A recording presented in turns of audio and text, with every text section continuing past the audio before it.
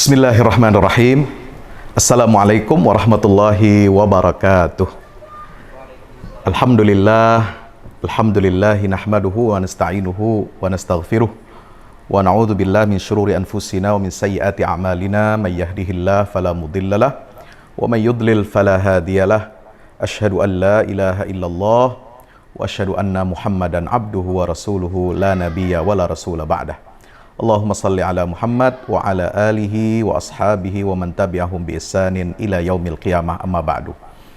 Yang saya muliakan, saya hormati Bapak Ibu, para pimpinan dan juga warga serta simpatisan Dewan Dakwah Islamiyah Indonesia Provinsi Daerah Istimewa Yogyakarta, yang alhamdulillah pada malam hari ini dapat saya dipertemukan oleh Allah Subhanahu wa taala, dengan izin Allah dipertemukan dengan Bapak Ibu semuanya melalui wasilah ya media, kita mengenang sekaligus menggali hikmah dari peristiwa mukjizat Isra Mi'raj Nabi kita Muhammad SAW. Alhamdulillah, setelah kita melewati bulan Rajab dan kemudian kita sekarang berada di bulan Sya'ban yang istimewa ini. Bulan Sya'ban, kata Nabi SAW, adalah syahrun yaghfulu anhu kathirun minan nas baina Rajab wa Ramadan, yaitu bulan yang seringkali dilalaikan, dialpakan oleh banyak sekali manusia. Maka kita gunakan kesempatan yang baik ini untuk kita merefleksikan kembali ya, banyak sekali peristiwa-peristiwa bersejarah dalam sejarah dakwah Nabi kita Muhammad SAW. Kalau di bulan Rajab itu ada Isra Mi'raj Nabi SAW, dan di bulan Sya'ban ini ada peristiwa penting juga, yaitu perubahan arah kiblat dari Masjidil Haram, dari Masjidil Aqsa ke Masjidil Haram. Luar biasa, ini peristiwa yang beruntun ya. Jadi waktunya, bulannya memang tahunnya tidak sama, tetapi bulan Rajab ada Isra Mi'raj, bulan Sya'ban di tahun kedua Hijriah itu ada peristiwa pemindahan arah kiblat dari Masjidil Aqsa ke Masjidil Haram. Bapak Ibu yang dirahmati Allah Subhanahu wa taala, ketika kita berbicara tentang peristiwa Isra Mi'raj Nabi Muhammad SAW, ya, Nabi menerima perintah sholat 5 waktu itu secara resmi dan formal dijadikan 5 waktu dalam sehari semalam. Tapi bukan berarti ketika awal kenabian ya sampai Isra Mi'raj itu belum ada kebiasaan sholatnya Rasulullah SAW. Ya, menurut para ulama memang sudah ada sholat yang dilakukan oleh Nabi SAW. Ya, baik itu sholat dalam pengertian yang sholat malam, kemudian juga sholat fajar, ya, tetapi belum ada kepastian ataupun secara formal diresmikan sholat 5 waktu, kecuali setelah adanya peristiwa Isra Mi'raj Nabi kita Muhammad SAW. Baik, Bapak Ibu yang dirahmati Allah Subhanahu wa taala, maka sangat menarik ya kalau Nabi SAW itu sholat selama di Makkah. Ya, kemudian setelah itu beliau hijrah ke Madinah. Disampaikan oleh hadis Nabi SAW bahwa sholat beliau itu menghadap ke Baitul Maqdis. Dan selama di Madinah, selama di Makkah itu 13 tahun ya sholatnya menghadap Baitul Maqdis. Kemudian ditambah menghadap kiblat ke Baitul Maqdis itu selama 16 bulan atau 17 bulan dalam satu riwayat. Sehingga itu menunjukkan ada kurang lebih 1 tahun 4 bulan atau 5 bulan. Ya, peristiwa pemindahan arah kiblat itu terjadi pada tahun kedua Hijriah. Subhanallah. Dari Masjidil Aqsa ke Masjidil Haram. Dengan turunnya firman Allah Subhanahu wa taala, "Qad nara taqalluba wajhika fis sama, falanwalliyannaka qiblatan tardaha, fawalli wajhaka syatral Masjidil Haram." Sahabat Bapak Ibu yang dirahmati Allah Subhanahu wa taala, para asatidz, para alim, para tokoh masyarakat, ketika kita berbicara Isra Mi'raj tentu sudah banyak yang menyampaikan hikmah daripada Isra Mi'raj ini, terutama dilihat dari aspek ibadah sholat sebagai hadiah utama, ya, oleh-oleh utama yang dibawa oleh Nabi SAW dari perjalanan Isra dan Mi'rajnya, ya, sampai ke Sidratil Muntaha.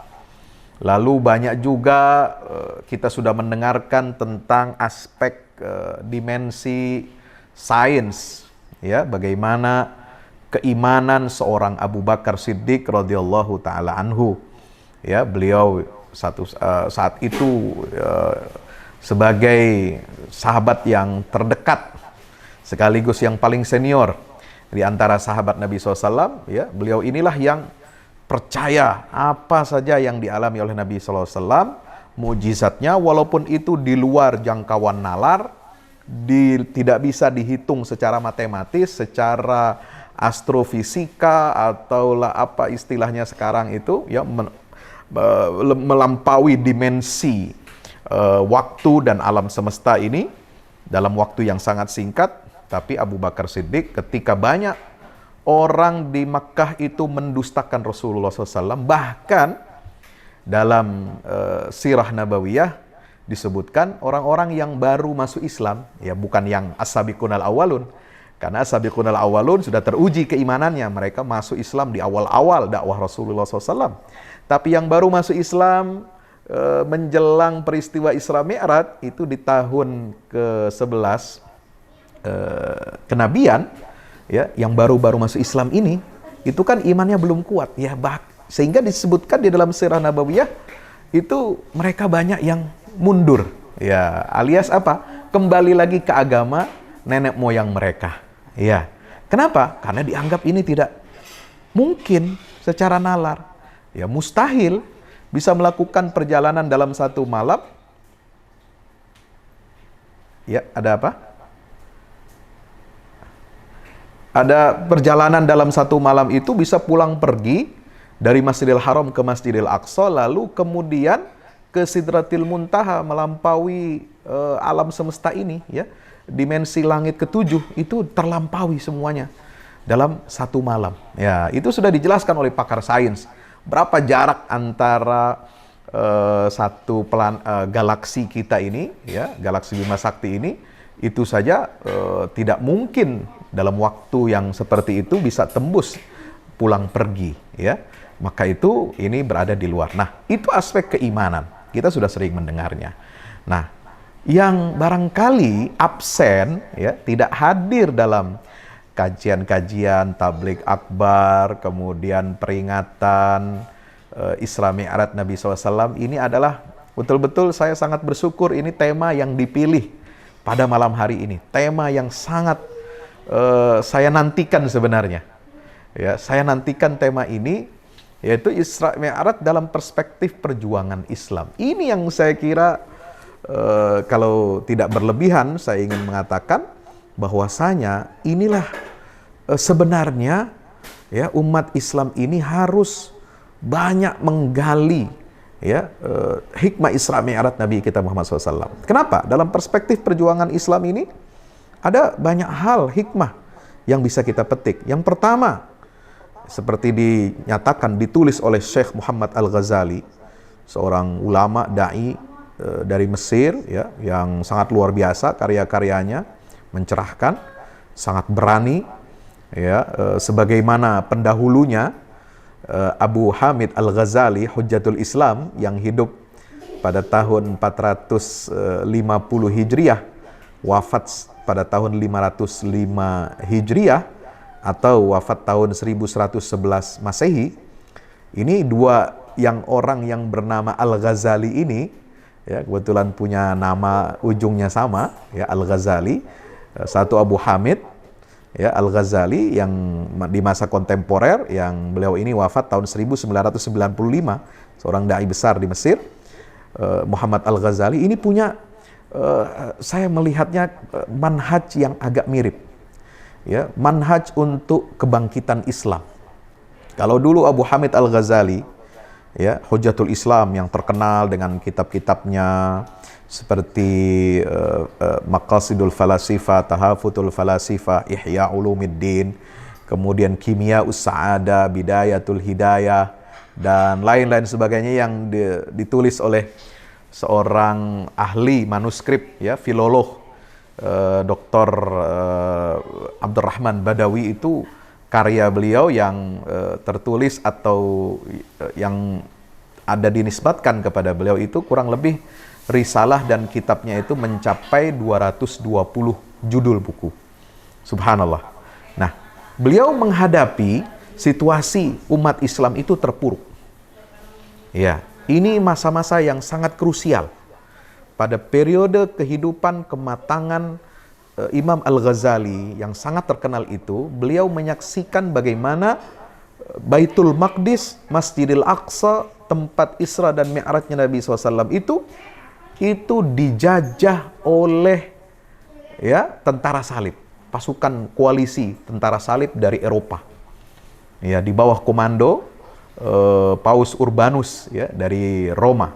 Ya, itu menyerukan perang salib pada tahun 1099,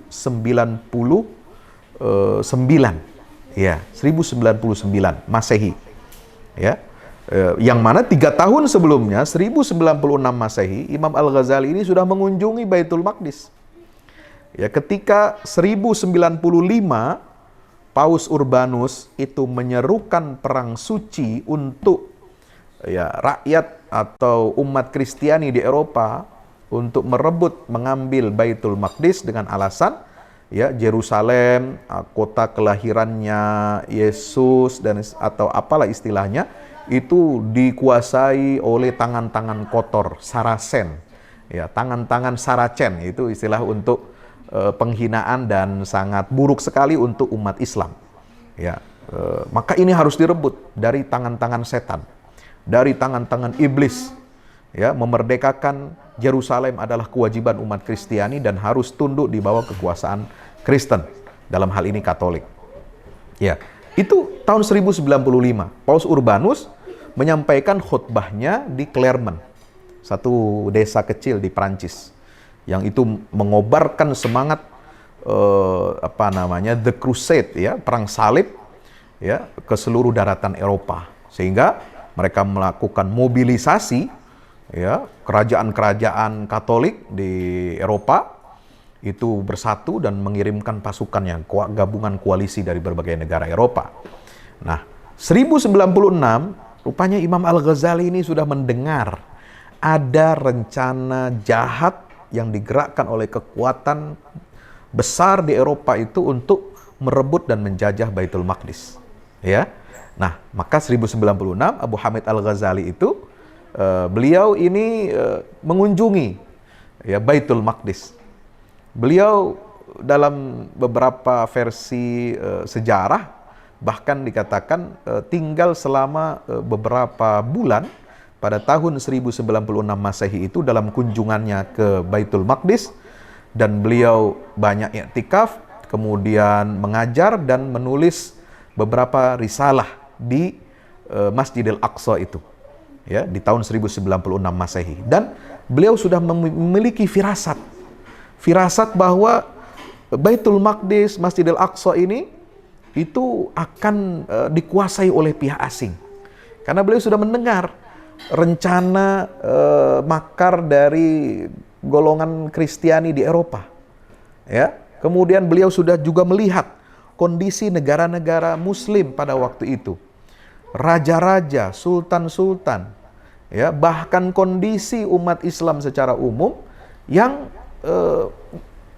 tingkat pemahaman dan pengamalan keagamaannya itu sudah sangat rusak.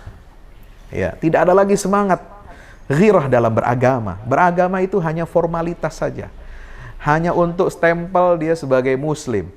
Ya, penguasa, pemimpin, ya, tidak punya semangat untuk berjihad di jalan Allah, tidak punya semangat dakwah amar ma'ruf nahi mungkar, sehingga terjadilah berbagai macam kemungkaran-kemungkaran, baik itu dalam bidang sosial, politik, ya, kemudian pemikiran, ya, umat Islam ini digrogoti dari dalam.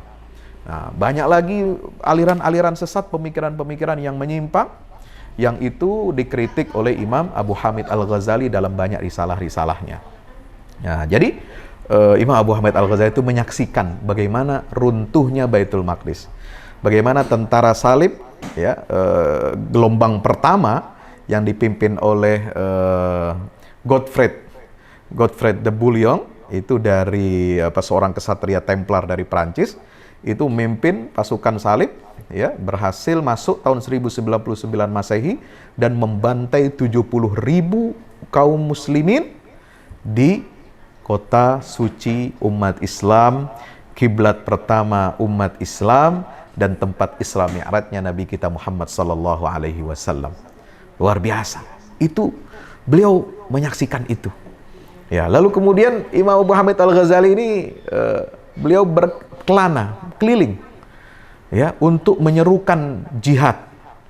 Ya, menyerukan jihad, mengajak para sultan, para raja, para gubernur, orang-orang yang dianggapnya memiliki kekuasaan, memiliki kekuatan, ya, untuk bangkit merebut kembali Baitul Maqdis. Tapi hasilnya nihil. Kenapa? Karena kondisinya sudah sangat rusak. Dulu ketika tahun 1096 Al-Ghazali, ya, mengirim surat ke banyak raja, banyak sultan waktu itu, baik Bani Saljuk ataupun Kekhalifahan Abbasiyah di Baghdad pada saat itu masih ada, kemudian negara-negara daulah-daulah kecil yang lain, beliau mengajak, ya, hati-hati, ya, karena ada firasat beliau yang saya sampaikan tadi, bilang kita harus hati-hati, lebih waspada, jangan sampai Baitul Maqdis ini diserang lalu kemudian dikuasai oleh asing. Apa jawaban mereka, raja-raja waktu itu, sultan, para pemimpin-pemimpin militer dunia Islam pada saat itu? Tenang, ya, kita masih kuat, kerajaan Islam, khalifah Islam masih kuat di Baghdad, ada Bani Saljuk ini dan sebagainya. Nah, itu jawaban yang agak sombong, gitu ya. Kita masih banyak, kita masih punya kekuatan. Tapi setelah dapat serangan pertama tahun 1099 langsung kalah, langsung takluk, ya, Baitul Maqdis ini. Nah, ketika itu setelah ditaklukkan Baitul Maqdis, Imam Al-Ghazali menyerukan lagi, ayo kita rebut, kita jihad. Ternyata apa? Mereka, para raja itu mengatakan, kita udah nggak punya kekuatan lagi, ya. Kalau kemarin mereka mengatakan kita tidak bisa dikalahkan, sekarang mereka mengatakan kita tidak bisa mengalahkan mereka yang menjajah dan merebut Baitul Maqdis. Nauzubillah min zalik. Nah, itu situasi dunia Islam pada saat itu. Sehingga Imam Al-Ghazali melakukan upaya-upaya, ya, ketika beliau tidak berhasil, ya, memperbaiki kondisi elit pemimpin politik, pemimpin militer umat Islam, maka beliau akhirnya apa? Melakukan insihab, ya, menarik diri dari politik, ya, dari dunia kekuasaan, ya. Kemudian beliau melakukan uzlahnya di negeri Syam, menulis karya yang sangat luar biasa menjadi panduan bagi kaum muslimin. Itu sekitar tahun 1106 sampai 1111. Beliau menulis kitab Ihya Ulumuddin. Ini jihad ilmu, jihad pemikiran, ya, untuk memperbaiki kondisi umat Islam secara spiritual, mengembalikan ilmu-ilmu agama sebagai pedoman dan panduan dalam kehidupan kaum muslimin, memberikan semangat penekanan kepada pentingnya dakwah amar ma'ruf nahi mungkar, pentingnya umat Islam meluruskan pemikiran-pemikiran yang salah, meluruskan akhlak-akhlak para penguasa yang sudah mengalami demoralisasi lah, kira-kira begitu. Ya, kemudian beliau perbaiki itu semua, ya, memberikan satu kurikulum pendidikan Islam yang integral dengan bukunya Ihya Ulumuddin, itu yang dikaji di seluruh dunia Islam menjadi kurikulum madrasah-madrasah, ya. Ketika beliau wafat tahun 1111, Masya Allah, usaha beliau ini kemudian dilanjutkan oleh ulama lain, ya. Ulama lain itu bernama Syekh Abdul Qadir Al-Jailani, ya. Syekh Abdul Qadir Al-Jailani ini, Bapak Ibu, sahabat semua yang dirahmati Allah Subhanahu wa taala, itu mendirikan madrasah pada tahun 1127. Ya, jadi Al-Ghazali wafat 1111, Imam Abdul Qadir Al-Jailani, ya, atau yang ada juga mengatakan Al-Kailani atau Al-Jilani, ya, apapun itu cara pengucapannya, tapi beliau ini bermazhab Hambali, fikihnya Hambali, dan sangat dihormati oleh Syekhul Islam Ibnu Taimiyah dalam Majmu' Fatawa. Jadi kitab Ibnu Taimiyah dalam Majmu' Fatawa, ketika menulis di jilid yang ke-13 kalau tidak salah, tentang tasawuf, tentang ruhaniyat, tentang akhlak, tazkiyatun nufus, beliau sangat memuji dan mengakui otoritas keilmuan serta upaya islah, perbaikan umat, ya, yang dilakukan oleh Syekh Abdul Qadir Al-Jailani. Beliau menyebutnya dengan seorang alim Rabbani yang memiliki banyak karamat, kemuliaan-kemuliaan dari Allah Subhanahu wa Ta'ala. Karena risalahnya, kitabnya, ya, seperti misalnya Al-Fathur Rabbani, kemudian dan lain sebagainya, atau Al-Ghunyah li Talibi Tariqil Haq, itu mirip seperti Imam Al-Ghazali yang bermazhab Syafi'i pendahulunya itu, ketika ingin memperbaiki kondisi umat Islam. Nah, misi ini dilanjutkan, ya, misi perjuangan umat Islam untuk membebaskan Baitul Maqdis itu dilanjutkan dari estafet Imam Al-Ghazali kepada Imam Abdul Qadir Al-Jilani yang bermazhab Hambali. Luar biasa. Jadi dulu pada masa Imam Al-Ghazali ini, Imam Al-Ghazali banyak mengkritik fanatisme mazhab, ya, egoisme ormas atau sektoral lah, katakan kelompok-kelompok umat Islam itu. Ya, beliau banyak mengingatkan dalam risalah Ihya Ulumuddin itu atau kitab-kitab yang lain bahwa seorang fuqaha, seorang ahli fikih jangan fanatik kepada satu mazhab. Walaupun dia terikat kepada satu mazhab, karena memang madrasah atau mazhab itu juga penting, ya, tetapi jangan sampai fanatik, ya, apalagi taklid buta, tidak menutup diri dari dalil-dalil yang mungkin bisa diperbandingkan, yang bisa ditarjih antara satu dengan yang lainnya. Nah, itu pula yang dilakukan oleh Syekh Abdul Qadir Al-Jilani, ya. Beliau ini, dua ini merupakan pionir gerakan kebangkitan Islam, gerakan perjuangan umat Islam, ya, pada masa-masa kelam. Mereka ini bangkit, mereka mendidik generasi baru ulama dan para pendidik atau murabbi. Mereka membuat kurikulum baru yang menghidupkan kembali ilmu-ilmu agama dan membersihkan ilmu-ilmu agama ini dari pengaruh-pengaruh infiltrasi, faham filsafatkah, kebatinankah, tasawuf yang menyimpang lah, atau fanatisme mazhab, ya, dalam fikih dan lain sebagainya. Ini beliau bersihkan kembali kepada spiritual, seperti bagaimana yang diajarkan oleh Nabi SAW, dipraktekkan dalam kehidupan beliau dan para sahabat-sahabat Rasul, serta generasi terbaik kaum muslimin, atau yang kita kenal dengan generasi salafus saleh. Sahabat, bapak-bapak, ibu-ibu yang dirahmati Allah Subhanahu wa Ta'ala, maka upaya dua tokoh ulama ini, kita tahunya kan, Baitul Maqdis, kota Al-Quds ataupun Masjidil Aqsa direbut kembali oleh Sultan Salahuddin Al-Ayyubi. Kita tahunya ujungnya doang. Ya, tidak tahu bagaimana kisah perjuangan umat Islam di balik itu semua. Sebuah upaya yang terstruktur dan sistematis. Ya, itu dilakukan oleh ulama-ulama Rabbani. Ya, tidak bisa kita waktu itu para ulama tidak bisa melahirkan generasi Salahuddin Al-Ayyubi, ya, karena Salahuddin Al-Ayyubi dan pasukannya itu, generasi yang bagus itu tidak lahir secara instan, tidak lahir tiba-tiba turun dari langit, enggak. Itu prosesnya tidak seperti kita membalikkan kedua telapak tangan. Tidak bisa simsalabim, abrakadabra, enggak. Ya, generasi Salahuddin itu lahir ketika mereka berhasil merebut tahun 1187 Baitul Maqdis dan Masjidil Aqsa, membebaskannya dari cengkraman tentara salib. Ini adalah buah dari tunas benih-benih yang ditanam oleh para ulama puluhan tahun sebelumnya. Ya, yaitu tahun 1105 Ya, ketika 1106 ketika Al-Ghazali menulis kitab Ihya Ulumuddin, kemudian 1127 ketika Syekh Abdul Qadir Jilani mendirikan madrasah-madrasah dan menjadikan kitab Ihya itu sebagai kurikulumnya, barulah lahir generasi Nuruddin Zangki. Ya, seorang gubernur ya yang kemudian diangkat atau dinobatkan sebagai sultan untuk negeri Syam.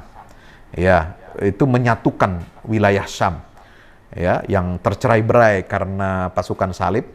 Ya, itu tahun 1149. Ya, generasi Nuruddin Zangki inilah generasi inilah yang merupakan lulusan dari madrasah-madrasah yang dulunya adalah santri-santri dari madrasahnya Abdul Qadir Al-Jailani. Nah, baru setelah itu buah yang paling manis, yang ranum dipetik oleh umat Islam dengan izin Allah Subhanahu wa taala, itulah generasi Salahuddin Al-Ayyubi yang merupakan keponakan dari Nuruddin Zangki. Subhanallah. Itu terjadi pada tahun 1108. Jadi ada mata rantai estafet. Apa pelajaran dari perjalanan sejarah perjuangan umat Islam merebut kembali Baitul Maqdis dari tentara salib? Ya, hikmahnya adalah dari upaya-upaya itu adalah pertama, kita harus memperbaiki kondisi umat Islam ini secara internal. Ya, secara internal. Ya, dan itu tidak bisa dilakukan 1-2 hari, 1-2 tahun. Ini memakan waktu puluhan tahun. Ya, bayangkan Pak. 1106 Ihya Ulumuddin ditulis. Dilanjutkan Syekh Abdul Qadir 1127, berapa tahun sampai lahirnya generasi Nuruddin Zangki 1149. Apalagi sampai 1187. Ini adalah upaya yang luar biasa. Maka ruang lingkup perbaikan umat, kondisi umat ya yang dilakukan oleh Imam Al-Ghazali itu ada 7 tema, ruang lingkup ya, yang saya sarikan dari buku Model Kebangkitan Umat Islam. Itu buku yang ditulis oleh Dr. Majid Arsan Al-Kailani. Ya, beliau ini marganya sama dengan Syekh Abdul Qadir Jilani dari Irak. Ya, beliau menulis itu. Hakadha, kalau judul asli Arabnya, Hakadha Zoharo Jailu Salahuddin wa hakadha Adatil Quds. Yang diterjemahkan ke dalam bahasa Indonesia berapa tahun yang lalu diterbitkan dalam edisi yang bagus sekali, edisi Lux. Ya, hardcover itu model kebangkitan umat Islam. Bagaimana proses lahirnya generasi Salahuddin Al-Ayyubi itu. Nah, itu kisah itu semua yang tadi saya sampaikan itu ada di buku tersebut. Apa 7 ruang lingkup islahnya Imam Al-Ghazali? Kalau boleh saya share screen, bisa? Oh, nggak bisa. Baik. Ini adalah ruang lingkupnya. Pertama, berusaha mencetak generasi baru ulama dan pendidik. Artinya apa? Kalau kita ingin memperbaiki arah perjuangan umat Islam, ya, Nabi sudah tidak ada, sahabat tabi'in sudah tidak ada, ya, generasi salafus saleh sudah lewat masanya. Apa yang harus kita persiapkan? Yaitu mempersiapkan pemimpin-pemimpin umat. Siapa ulil amri di kalangan umat Islam ketika umara rusak? Pemimpin umat Islam itu adalah ulama. Ya, jadi ulil amri ini ada 2 golongan. Jangan salah, ulil amri bukan hanya pemerintah, bukan hanya umara, tetapi dia juga adalah golongan yang kedua, dan ini yang paling penting, yaitu ulama, golongan ulama, para pewaris Nabi, ulama yang rabbaniyin. Inilah pemimpin sebenarnya umat Islam. Ya, merekalah yang memandu umara, pemimpin formal, pemimpin politik umat Islam. Mereka yang memandu, ulama yang memberikan khittah, garis kebijakan-kebijakan. Ya, itulah dalam sejarah perjuangan Islam seperti itu di zaman Khulafaur Rasyidin, di zaman-zaman berikutnya. Ya, ulama itu memiliki haibah, memiliki makanah, ya, posisi yang sangat sentral di dalam proses perbaikan umat Islam ini. Jadi tugas kita, Bapak Ibu yang dirahmati Allah, apalagi Dewan Dakwah Islamiyah, ormas-ormas Islam yang komitmen untuk menegakkan risalah dakwah amar ma'ruf nahi mungkar, adalah Ini tugas kita ini adalah kita harus berusaha keras mencetak generasi baru ulama dan para pendidik. Ini, mari kita contoh Imam Al-Ghazali. Tentu zaman bisa, ya zaman sudah berbeda. Baik, tapi saya share screen-nya dari dari channel yang lain, dari akun yang lain ini Pak.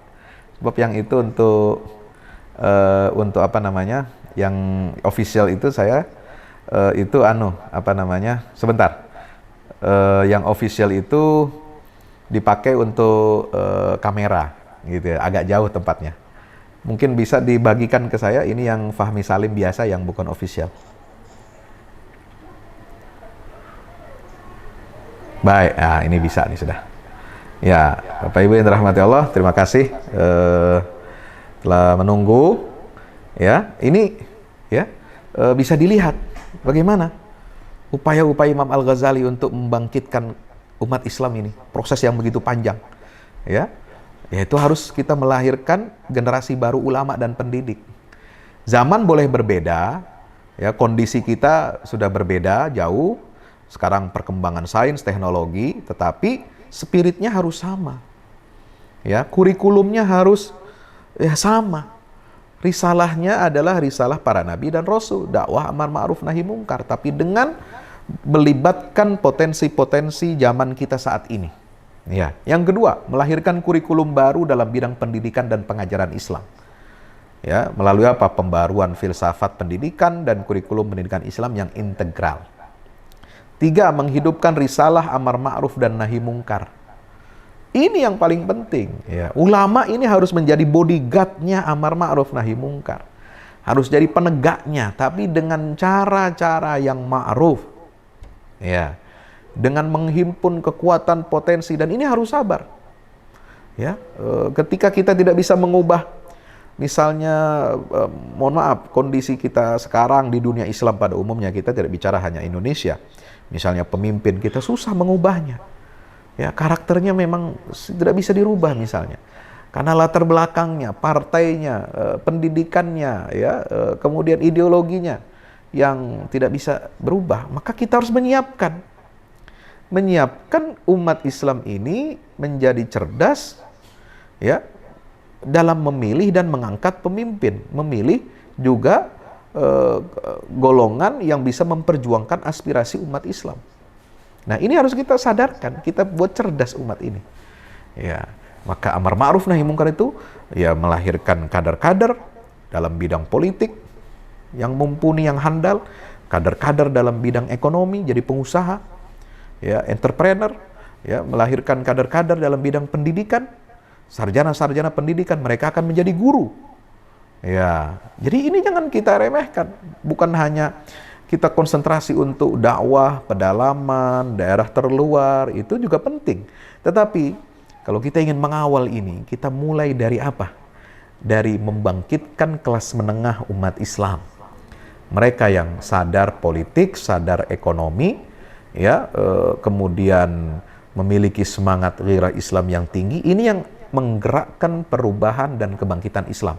Dan itu akan sampai nanti kepada tingkatan masyarakat yang paling bawah kalau kelas menengah muslim ini secara masif sudah tersadarkan dan tercerahkan dengan baik. Ya, dengan apa? Menghidupkan risalah amar ma'ruf nahi mungkar. Yang keempat, Imam Al-Ghazali itu melakukan apa? Upaya untuk mengkritisi para penguasa zalim di dunia Islam. Banyak risalahnya Imam Al-Ghazali, ya. Risalah pendidikan, dia mengkritik umara, ya, penguasa-penguasa. Dia nggak takut. Ada satu buku khusus, itu adalah At-Tibrul Masbuk fi Nasihatil Muluk. Bagaimana cara dan metode serta isi nasihatnya Imam Al-Ghazali kepada para raja, para penguasa. Itu disebutkan. At-Tibrul Masbuk fi Nasihatil Muluk. Bagaimana mendidik anak, ada beliau menulis ayyuhal walad, wahai anakku. Luar biasa, ya. Ini merupakan tonggak kebangkitan Islam itu dari mana? Dari pendidikan anak, pendidikan keluarga, dan juga pendidikan sosial, ya, dengan cara mengkritisi para penguasa yang zalim. Nah, yang kelima, memberantas materialisme, praktek keagamaan menyimpang. Ya, dan meluruskan persepsi umat tentang dunia dan akhirat. Nah, kenapa? Karena saat ini di dunia Islam ini ya, sahabat yang Bapak Ibu yang dirahmati Allah, banyak orang yang salah persepsi tentang dunia akhirat, seolah-olah tidak terhubung. Kalau kita bekerja untuk dunia, seolah-olah tidak ada hubungannya dengan akhirat. Kalau kita beribadah, hubungannya dengan akhirat, seolah-olah tidak ada efeknya bagi kehidupan dunia kita. Nah, Imam Al-Ghazali mengubah persepsi itu. Ya, akhirat kita, ibadah mahdhah kita itu akan berdampak sangat besar terhadap perilaku kita dan mengubah kehidupan kita. Ya, sehingga seorang muslim yang ahli ibadah, dia juga menjadi faktor perubahan dan penggerak umat Islam ini untuk mengubah kondisinya ke dalam kondisi yang lebih baik. Innallaha la yughayyiru ma biqaumin hatta yughayyiru ma bi anfusihim. Jadi ibadah itu di tangan Imam Al-Ghazali. Kalau kita lihat misalnya kitab Ihya Ulumuddin, Bapak Ibu, itu ada asrar as-salah, asrarus siyam, asrarul hajj, asraruz zakah. Ya, jadi fikih oleh Imam Al-Ghazali bukan hanya sebatas aturan-aturan yang kaku, aturan-aturan yang legal formal semata-mata, tetapi beliau menjelaskan fikih itu secara spiritual, menggabungkan antara aspek fikih ya secara zahir dengan penjelasan tasawuf secara batin terhadap aturan-aturan syariat ya, mulai dari masalah aqaid, kemudian ibadat, kemudian munakahat, muamalat, dan jinayat. Ya, itu semua diterangkan dalam kitab Ihya Ulumuddin. Luar biasa. Dengan pendekatan yang fikih maupun pendekatan spiritual atau ruhi. Ya, ini. Jadi itu semua diperbaiki konsep-konsep itu. Kemudian yang keenam, tema dakwah. Dakwah itu harus memasukkan unsur apa? Tema keadilan sosial dalam Islam. Ini kan menarik, Bapak Ibu ya, dirahmati Allah. Coba sekarang, mohon maaf, para da'i, para mubalik, khatib itu biasanya, mohon maaf ya, di daerah-daerah itu masih pegang membaca teks khutbah Jumat. Dari mana teks khutbah Jumatnya? Ya, itu biasanya ada buku pedoman atau khutbah Jumat setahun. Nah, pedoman khutbah Jumat setahun ya, apakah sudah memasukkan tema keadilan sosial dalam Islam? Ya, al-adalatul ijtimaiyah fil Islam. Ya, Buya Hamka itu sudah menulis buku kecil, ya sedang lah ya, kurang lebih 200-an halaman. Ya, itu ada buku Buya Hamka menulis buku yang sangat indah sekali. Judulnya Keadilan Sosial dalam Islam. Bagaimana mengelola dan menyelenggarakan negara, memilih pemimpin, ya, dan tetek bengek masalah kenegaraan, masalah ekonomi, masalah sosial, politik, itu dari perspektif ajaran Islam. Nah, ini harus menjadi salah satu concern dakwah kita. Ya, tema keadilan sosial dalam Islam itu harus masuk dalam khutbah-khutbah Jumat, di pengajian-pengajian, di halaqah-halaqah. Ya, bukan hanya fikih ibadah lagi. Ya, kalau ngaji fikih ibadah lagi, ya, fikih taharah lagi, ya, fikih puasa lagi. Ya, itu penting. Tetapi kita harus memiliki kurikulum yang integral gitu ya. Kurikulum yang memadukan semua aspek dalam ajaran Islam ini. Bukan hanya kita pelajari fikih tentang rukun Islam, atau kita belajar akidah yang dibahas adalah masalah-masalah yang abstrak, ya, perdebatan ahli kalam, perdebatan ulama dalam memahami, memaknai ayat-ayat, misalnya sifat Allah, ya, istiwa, itu aja yang diributkan, berkelahi kita, ya, ayat-ayat tentang tangan, wajah, mata, ya, betis Allah, ya Allah, itu kok diributkan gitu. Padahal di dalam Al-Quran tidak dirinci.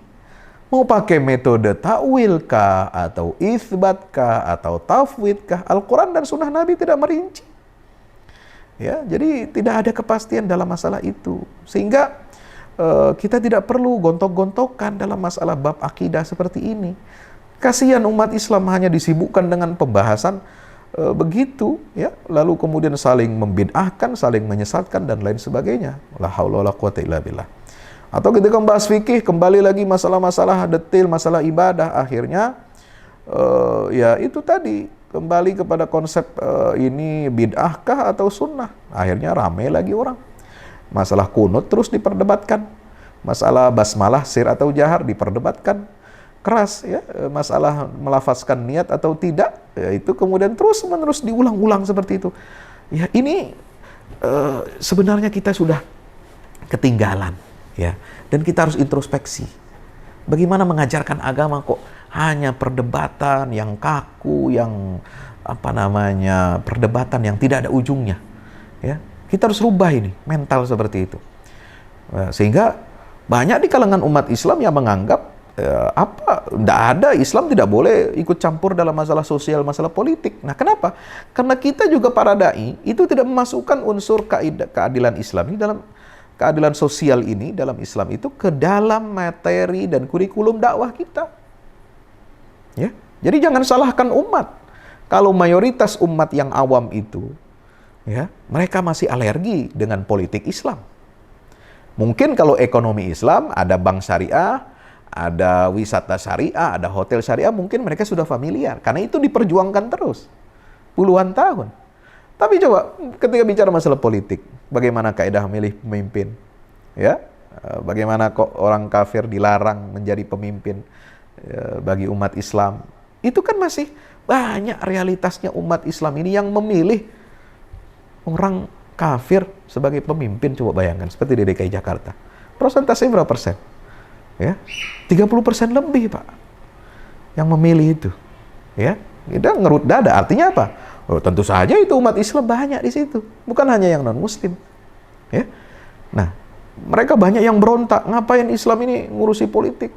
Nggak usah ngurusi pemerintahan, nggak usah ini mengkritisi. Nah, penceramah, mubalik, ya, mengkritisi kebijakan pemerintah malah dicap radikal sekarang, kan begitu. Kenapa? Ini karena kedangkalan, ya, pemahaman terhadap agama itu sangat sempit. Agamanya difahami dalam praktek-praktek ritual ibadah mahdoh saja, hanya di masjid saja, hanya zikir saja, ya, hanya praktek-praktek yang bersifat ritualistik, ya, rutinitas. Kenapa? Ya, ada kesalahan kita juga para dai ini. Ya, ormas-ormas Islam juga tidak masif untuk mendakwahkan Islam, terutama dalam tema-tema keadilan sosial, tema-tema politik. Ya, bab politik, bab siasah itu dikaji oleh santri itu nanti belakangan, kalau sudah lama sekali, mungkin juga nggak hatam itu jadinya. Ya, kitab-kitab Imam Al-Ghazali Ihya Ulumuddin tidak tamat. At-Tibrul Masbuk fi Nasihatil Muluk juga nggak dibaca. Ya, yang dibaca perdebatan filsafat Imam Ghazali yang didebat oleh misalnya Ibnu Rus dengan kitabnya Tahafut. Ya, yang dibahas lagi-lagi masalah-masalah perselisihan di kalangan umat Islam. Ya, khilafiyah. Nah, ini harus kita evaluasi lah, ya. Dan yang ketujuh, Imam Al-Ghazali itu memberantas aliran-aliran pemikiran sesat di tengah umat. Maka lahirlah karya-karya polemik Imam Al-Ghazali dengan para filosof, dengan Syiah Imamiyah, Syiah Batiniyah, Ismailiyah. Beliau menulis kitab Fadaihul Batiniyah. Beliau menulis kitab Tahafutul Falasifah.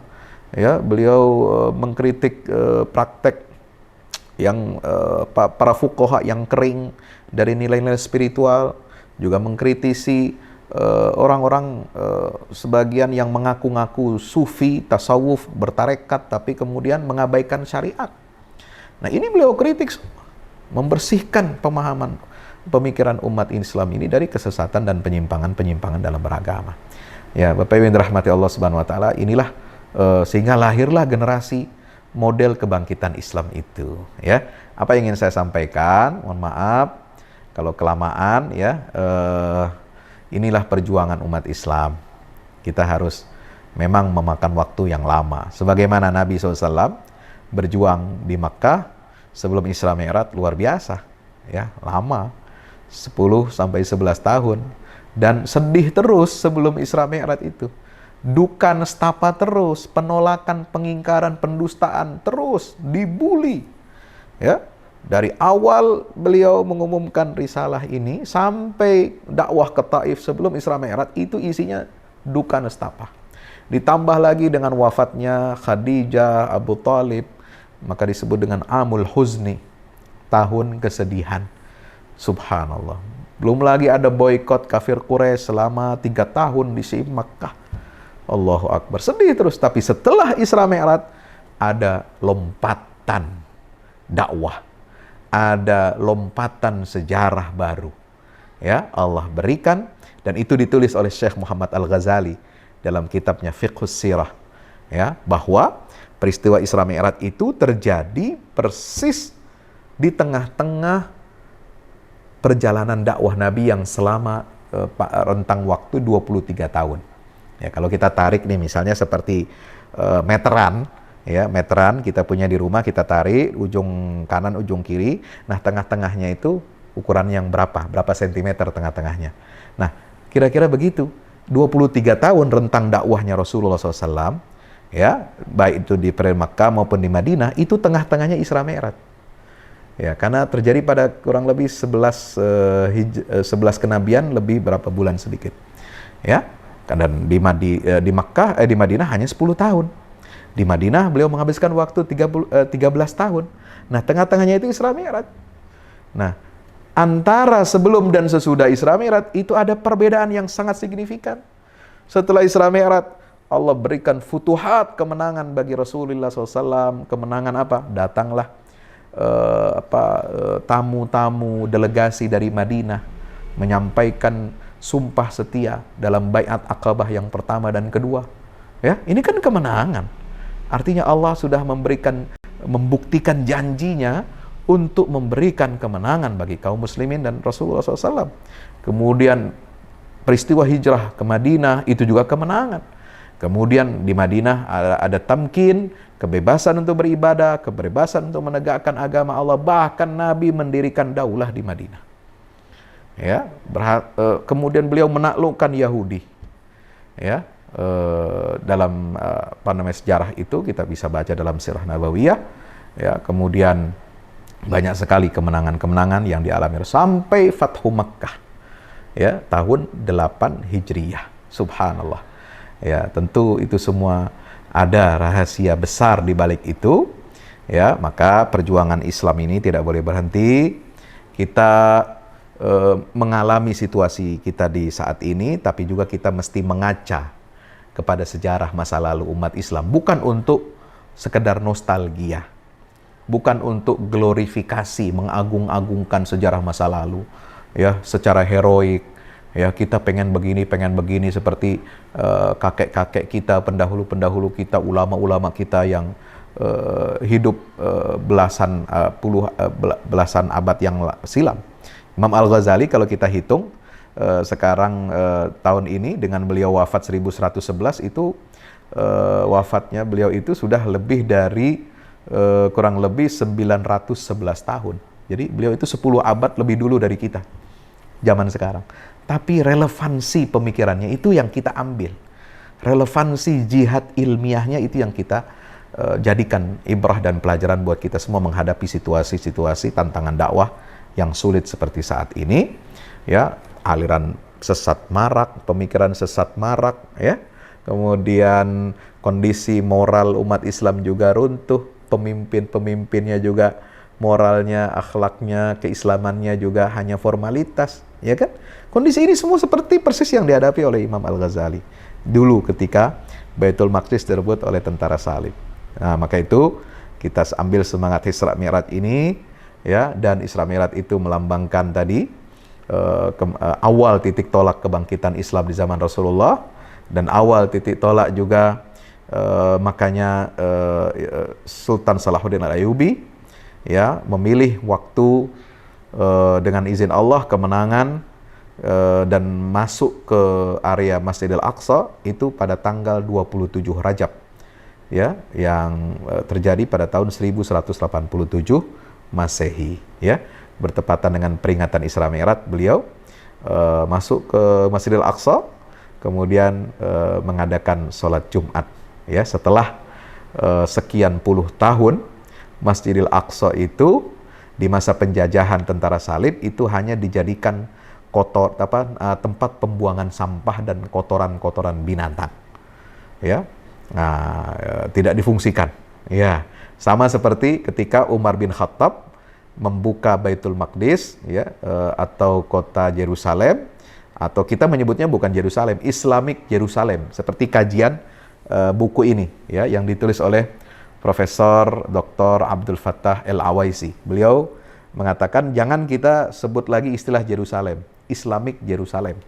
Itulah terjemahan yang pas untuk Baitul Maqdis. Juga kita tidak menyebut dia sebagai kota Yerusalem atau kota Al-Quds. Sebab Nabi tidak pernah mengatakan kota itu, wilayah itu dengan Al-Quds. Ya, Al-Quds itu selalu asosiasinya dengan Yahudi, Ibrani, ya, dengan masa-masa dahulu. Penerus daripada Ilya dan lain sebagainya. Maka Nabi dalam hadis-hadisnya hanya menyebut satu istilah, yaitu Baitul Maqdis. Itulah lokasi yang titik utamanya, pusat keberkahannya ada di Masjid Al-Aqsa Al-Mubarak. Ya, mudah-mudahan perjumpaan kita malam hari ini membawa kebaikan bagi kita semua, sedikit banyak.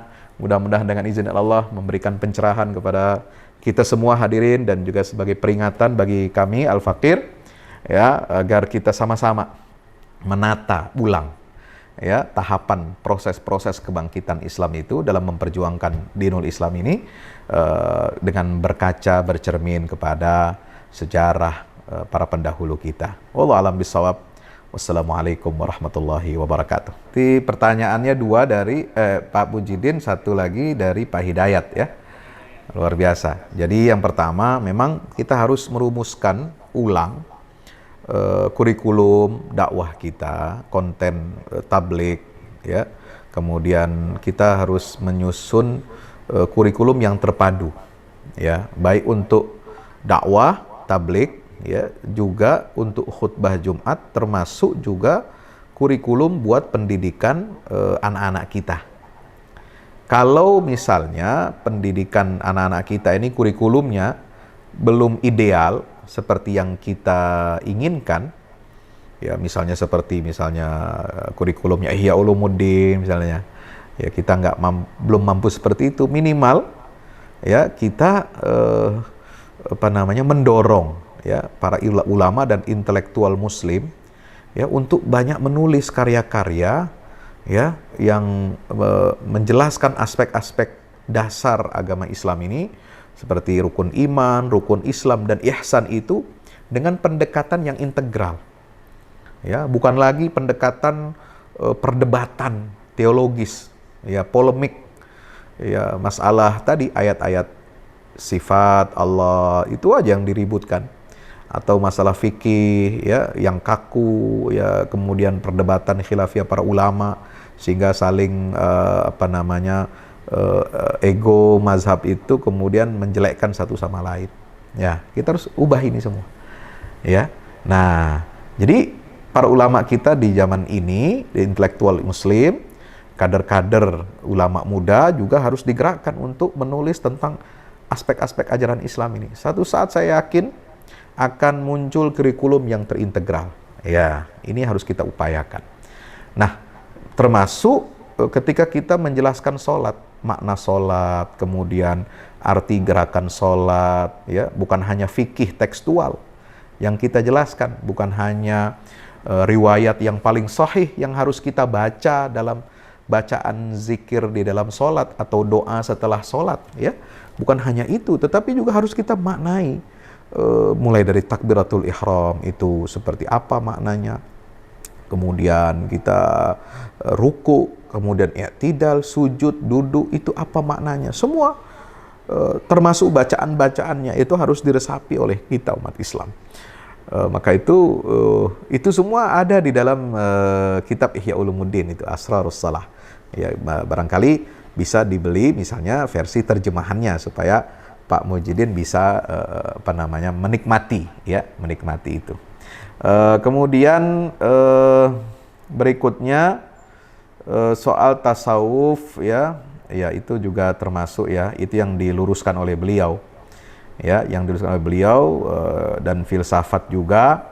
Maka itu Ihya Ulumuddin ini menggabungkan antara aspek fikih dengan ruhaniyah atau spiritual. Ya, tidak kaku seperti kitab-kitab fikih pada umumnya, juga tidak mengambil makna esoteris, makna batiniah saja, sehingga mengabaikan aspek syariat. Begitu ya. Nah, ini yang berikutnya kedua, Pak Hidayat. Kenapa ada kecenderungan kita ini umat Islam dijauhkan dari ulama? Bahkan ada narasi yang mengatakan ya narasi bahwa kalau umat Islam atau negara Indonesia ini ingin maju, ya maka jauhkan masyarakat dari agama. Nah, inilah sekularisasi. Ya, alirannya, pemikirannya, ideologinya adalah sekularisme. Upaya untuk menjauhkan masyarakat dari agama, menjauhkan negara dari agama, atau sebaliknya menjauhkan agama dari urusan-urusan dunia, ya apakah itu ekonomi, apakah itu sosial, politik dan lain sebagainya, ya. Jadi sekularisasi dan sekularisme itu harus dilawan. Ya, dilawan dengan apa? Dengan pemikiran yang lebih cerdas, lebih mencerahkan. Wajadilhum billati hiya ahsan.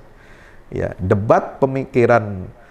Kita lawan pemikiran-pemikiran sekularisme itu, liberalisme ataupun pluralisme agama dengan hujah argumentasi yang lebih baik daripada yang mereka sampaikan.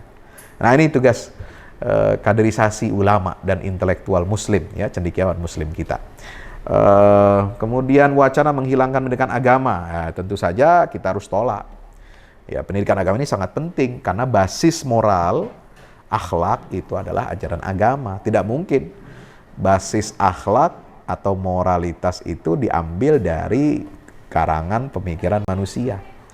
Tidak mungkin juga bisa diambil dari sekedar pelajaran misalnya PPKN, istilahnya pendidikan Pancasila dan kewarganegaraan. Ya, itu dalam konteks warga negara. Tetapi untuk membumikan nilai-nilai Pancasila dan nilai-nilai kewarganegaraan, itu basisnya, dasarnya harus agama. Ya, bagi muslim di ajaran Islam.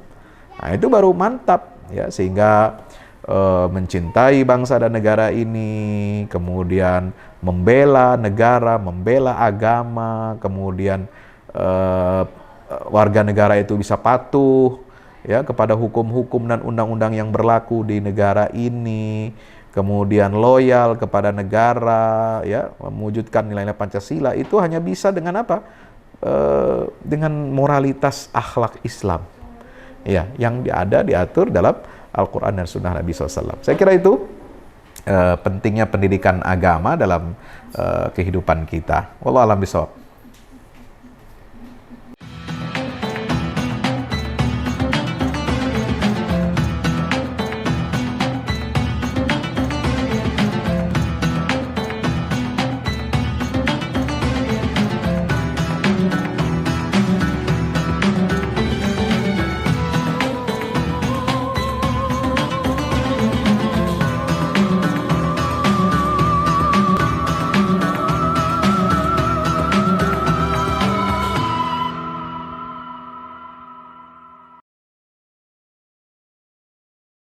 Assalamualaikum warahmatullahi wabarakatuh. Alhamdulillah kita udah selesai pengecoran rooftop, ya. Itu apa? Tangga buat ke bawah. Yang ini di atas buat toren 2 biji. Ini semua udah dikeliling tembok. Ya, ini untuk lantai paling atas buat futsal, buat jemuran, buat apa, tanaman hidroponik juga ntar insya Allah, ya. Terus support ya teman-teman. Alhamdulillah terus selesai pengecorannya semuanya, ya. Ini progres kita terbaru, dan jadi buat olahraga, buat utilities, ya, multiguna. Nah, kita turun sini semua. Ini lantai 3. Ini untuk asrama, ya, untuk kamar-kamar, dan nah di situ musola. Nanti di situ musola, ya. Ini kamar-kamar dan musola buat santri-santri tahfiz kita, insya Allah.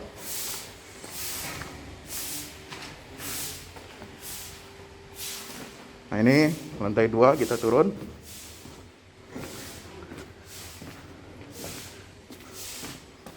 Ini untuk kelas-kelas, ya, kelas-kelas tahfidz, kelas-kelas tadabbur, insya Allah. Mau udah jadi, alhamdulillah, dengan dukungan antum semua. Nah tinggal ke bawah, di sini buat aula semua di sini, ya. Mohon doanya terus, mudah-mudahan berkah, mudah-mudahan cepat jadi finishing. Kira-kira finishingnya ini butuh 1,5 M lagi, ya. Mudah-mudahan. Al-Fatihah. Al-Fahmu Institute mempersembahkan serangkaian buku karya Ustadz Fahmi Salim LCMA. Buku pesan-pesan tauhid untuk negeri di masa pandemi. Buku mutiara ilmu-ilmu Al-Quran. Ada diskon 20% untuk buku tafsir sesat 58 esai kritis wacana Islam di Indonesia dan buku kritik terhadap studi Al-Quran kaum liberal. Anda dapat memesannya melalui layanan WhatsApp di nomor 08777 063 7192 dengan format pemesanan ketik nama, alamat lengkap, nomor handphone, dan jumlah buku yang diorder. Ongkos kirim di luar harga buku dan menyesuaikan wilayah dengan paket standar. Lampirkan juga bukti transfer Anda ke rekening BNI Syariah di 0631 748573. Tunggu apa lagi? Pesan sekarang.